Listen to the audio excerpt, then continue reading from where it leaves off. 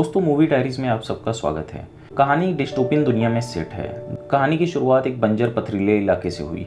दूर तक फैला हुआ बंजर बीहड़ दिखाई देता है। इसी जगह हम एक महिला और एक पुरुष को साथ चलते हुए देखते हैं। मार्बा और एरेस दोनों पति पत्नी एक सफ़र पर निकले हैं। इनके पास रहने का कोई ठिकाना नहीं है। जहाँ से वो आ रहे हैं, जंग की वजह से वो इलाका पूरी तरह से तबाह हो चुका है। यहाँ हमें पता चलता है कि मानवता युद्ध और अकाल के कारण विनाश की कगार पर है। अब सर्वाइवल के लिए वो यहाँ से वहाँ भटक रहे हैं। यहाँ हमें पता चलता है कि एरेस प्रेग्नेंट है। उनके पास अब पीने का पानी भी लगभग ख़त्म होने वाला था। उन्हें जल्द से जल्द कोई ना कोई ठिकाना ढूंढना होगा। तभी थोड़ा आगे जाने के बाद थोड़ी हरियाली उन्हें दिखाई दी। दोनों ये देख खुश हो गए कि नदी आसपास ही होगी। यहाँ एक सुनसान इलाके में हम दो भाइयों को एक घर में देखते हैं, बोकस और एमिर। बोकस बाहर से रैबिट ट्रैप लेकर आया क्योंकि आज एक भी शिकार नहीं फंसा, क्योंकि ट्रैप टूटा हुआ था। दोनों के बीच एक अजीब सा रिश्ता मालूम पड़ता है। दोनों एक दूसरे से सही ढंग से बात भी नहीं करते। यहाँ हम देखते हैं मार्बा और एरेस को सामने एक विशाल पहाड़ दिखाई दिया, मतलब आसपास कोई नदी जरूर होगी। शाम भी होने वाली थी। रात दोनों नदी के पास पहुँच गए। नदी देख मार्बा उसमें कूद गया, मानो जैसे अमृत मिल गया हो। दोनों ने उस पानी से अपनी प्यास बुझाई। यहाँ मार्बा कहने लगा कि उन्हें ऊपर वाले को धन्यवाद देना चाहिए, क्योंकि इतने मुश्किल हालात में भी दोनों अब तक जिंदा हैं, वरना बाकियों की तरह वो भी कब का मर गए होते। अगर अब मौत भी आती है तो उसे ऊपर वाले की मर्जी समझ उसे स्वीकार कर लेंगे। उसके बाद दोनों नदी में उतर गए। मार्बा हाथों में मशाल लेकर आगे बढ़ने लगा, क्योंकि अब रात गहरी हो चली थी। दोनों नदी और जंगल को पार करते हुए एक सुनसान इलाके में पहुंच गए। प्रेगनेंसी की वजह से एरेस थक कर वहीं रास्ते में रुक गई, क्योंकि दोनों सुबह से लगातार चले जा रहे थे। फिर भी वो हिम्मत कर मार्बा के साथ आगे बढ़ने लगी। दोनों जब जंगल से निकलकर बाहर आए तो उन्हें थोड़ी दूर पर एक घर दिखाई दिया। एक तो घनी अंधेरी रात और सुनसान इलाका, दूर दूर तक कोई और नहीं। उन्हें उस घर में जाना ठीक नहीं लगा, लेकिन मार्बा को लगता है एक बार जाकर कोशिश करनी चाहिए, क्योंकि उनके पास कोई दूसरा रास्ता नहीं, वरना इस वीराने में वो भूखे मर जाएंगे। एरेस उसकी बात मान गई, लेकिन मार्बा ने उसे समझाया कि दोनों अपने रिश्ते को छिपा कर रखेंगे। दूसरों के लिए वो पति पत्नी नहीं, बल्कि भाई बहन है। क्योंकि अगर उस घर में कोई पुरुष हुआ और उसे उन दोनों के पति पत्नी होने का पता चला तो वो एरेस को पाने के लिए मार्बा को जान से भी मार सकते हैं। एरेस ने उसकी बात से सहमति जताई, लेकिन उसे कुछ ठीक नहीं लग रहा। मार्बा आगे बढ़ा, तभी उसका पैर किसी ट्रैप पर पड़ने से घर के बाहर टंगी हुई घंटी जोर जोर से बजने लगी। यहाँ मार्बा और एरेस काफ़ी डर गए। तभी घर के अंदर से दो शख्स लालटेन लेकर बाहर निकले। दोनों वही भाई हैं, बोकस और एमिर। दोनों पूछने लगे कि आखिर कौन है वहाँ। बोकस के हाथों में गन थी।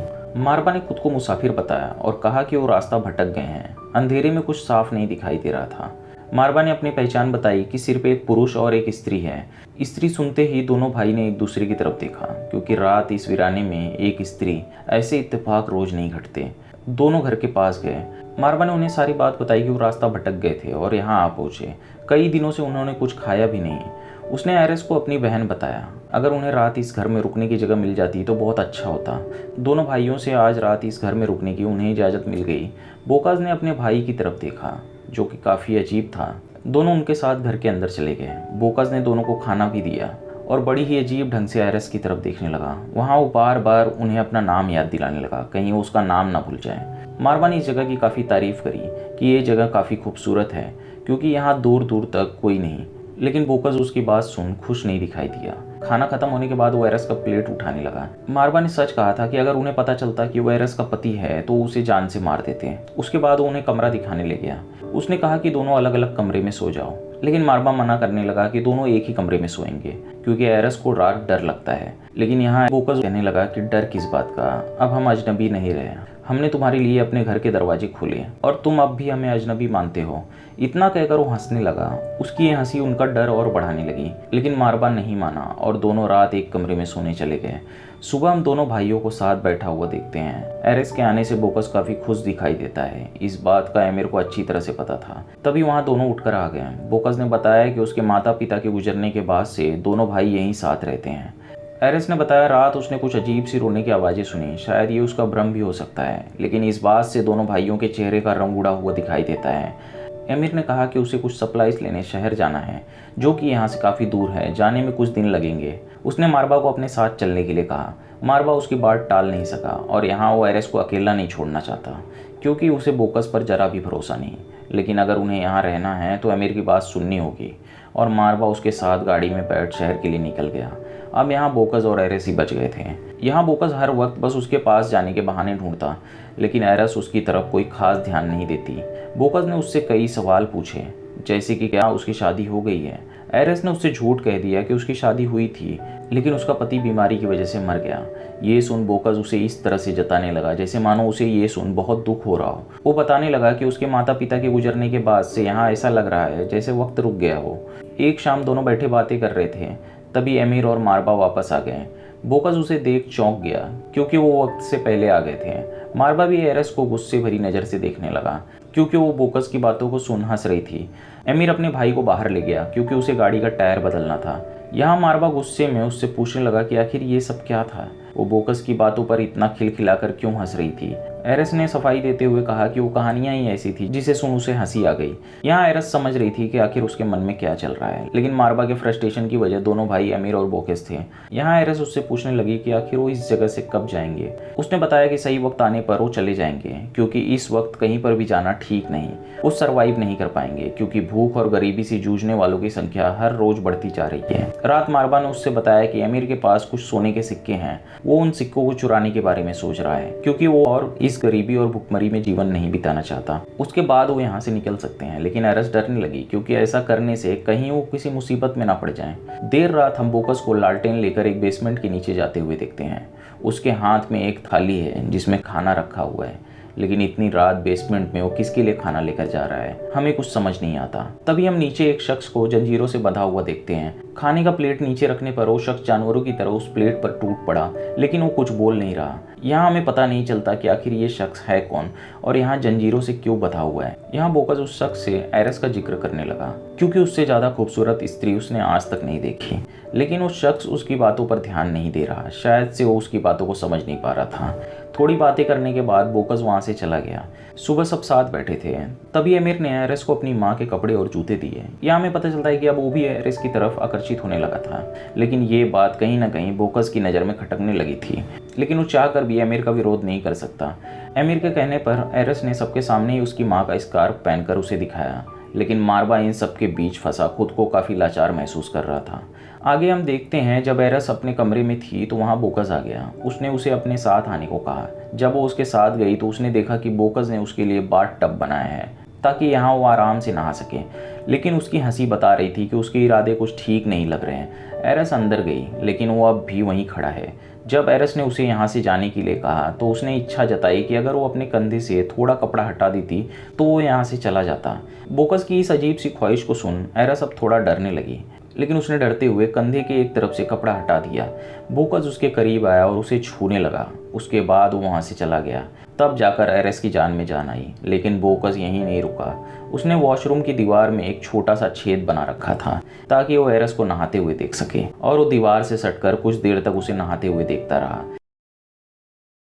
हम देखते हैं जब बोकस और अमीर साथ बैठे होते हैं तो वो बोकस को धमकाने लगा कि एरस सिर्फ उसकी है, इसलिए वो उसके करीब जाने की कोशिश ना करे। वहाँ वो एरस के पास गया और पूछने लगा क्या बोकस ने उसे खुद अपने हाथों से आज नहलाया।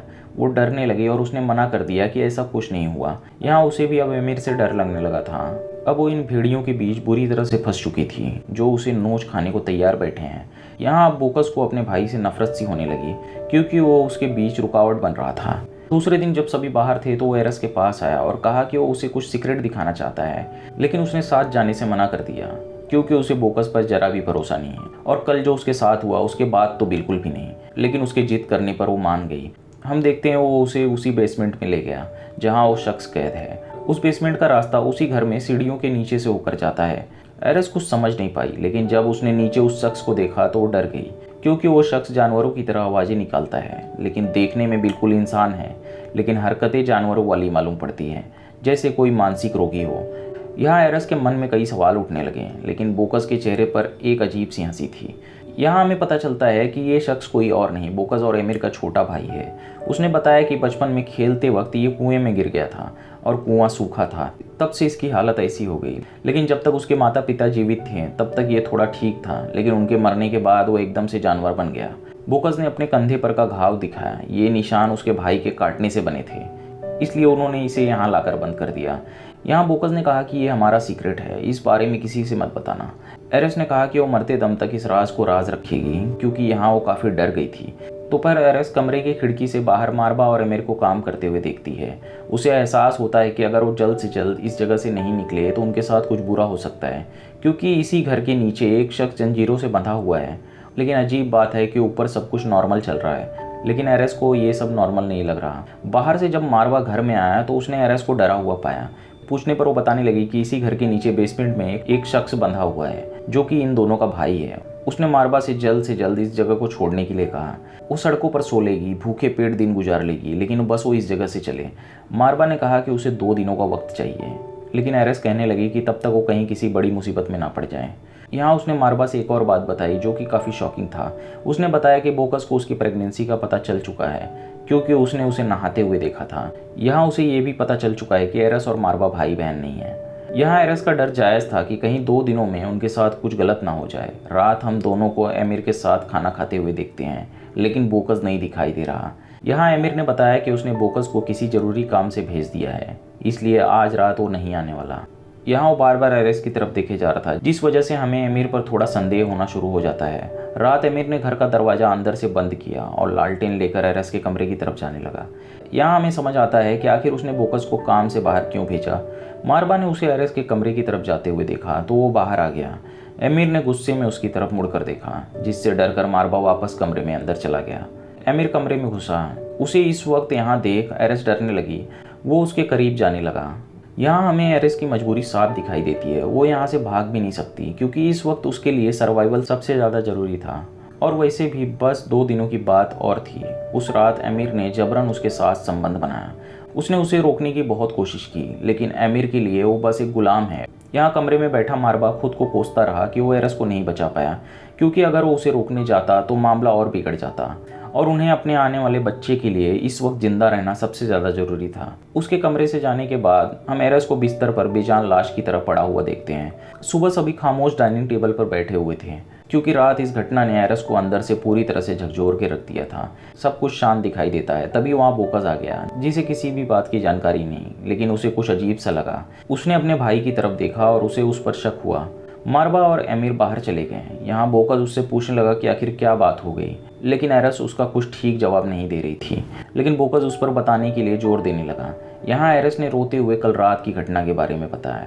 ये सुनते ही बोकस गुस्से से भर गया कि आखिर उसने उसे रोका क्यों नहीं। यहाँ एरिस गुस्से में उस पर चिल्लाने लगी। उसने सारा गुस्सा बोकस पर उतार दिया क्योंकि कल रात उसके साथ गलत हुआ। और यहाँ बोकस पूछता है कि क्या उसने उसे रोकने की कोशिश नहीं की। यहाँ बाहर काम करते वक्त एमिर ने अपने थैले से एक सोने का सिक्का निकालकर मार्बा को दिया और कहा कि जब हम शहर जाएंगे तुम अपनी बहन के लिए कोई अच्छी सी चीज़ खरीद लेना। मार्बा गुस्से में था, लेकिन उसने कुछ कहा नहीं क्योंकि आज रात उन्हें यहाँ से भागना है। यहाँ बोकस कमरे में यहाँ से वहाँ चक्कर काटने लगा कि एमिर ने उसके साथ धोखा किया। उसने ड्रॉवर से गन निकाली और शायद अब उसे ख़त्म करने का मंसूबा बना लिया। यहाँ हम देखते हैं आज एरिस खुद खाना लेकर नीचे बेसमेंट में गई क्योंकि उसे उस शख्स के लिए दुख होता है, क्योंकि वो सालों से इस कैद से बाहर नहीं निकला। वहाँ एरिस कहने लगी कि आज रात वो यहाँ से निकल जाएगी, लेकिन उसे एरिस की कोई बात समझ में नहीं आ रही। हम देखते हैं मार्बा घर में आया और एक थैले में खाने का सामान भरने लगा क्योंकि उन्हें पता नहीं कि सफ़र कितना लंबा होगा। तभी एरिस ऊपर आ गई। मार्बा ने बताया कि आज रात उन्हें यहाँ से निकलना होगा। यहाँ वो गुस्से में उसकी तरफ देखने लगी क्योंकि कल रात उसने उसे बचाने की कोशिश नहीं की।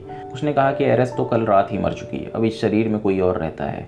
मार्बा उसे समझाने लगा कि उसने ये सब अपने आने वाले भविष्य के लिए किया है। तभी एमिर घर में आ गया और मार्बा को जल्दबाजी में देख उसे उस पर शक होने लगा, लेकिन मार्बा ने उससे झूठ कह दिया कि उसे भूख लगी थी, इसलिए वो खाना तलाश कर रहा था। यहाँ उसने मामले को संभाल लिया। एमिर ने अपनी जैकेट निकालकर एक जगह टांग दी जिसमें सोने के सिक्के रहते हैं। रात हम बोकस को गुस्से में बैठा हुआ देखते हैं। उसने शराब भी काफ़ी पी रखी है।